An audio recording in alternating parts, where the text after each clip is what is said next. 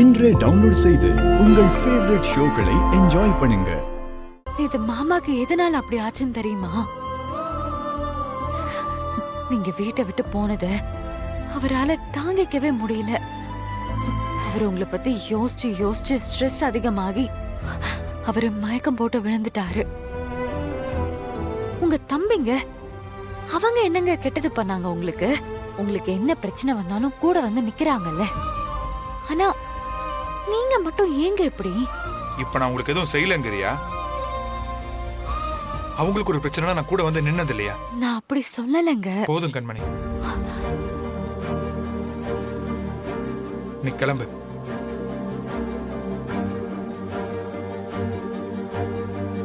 என் மனைவியா நீ எப்ப வேணாலும் என்ன பார்க்க இங்க வரலாம். அந்த வீட்டு மருமகளா வந்திருந்தா அதை என்னால ஏத்துக்க முடியாது. நீ கிளம்பு.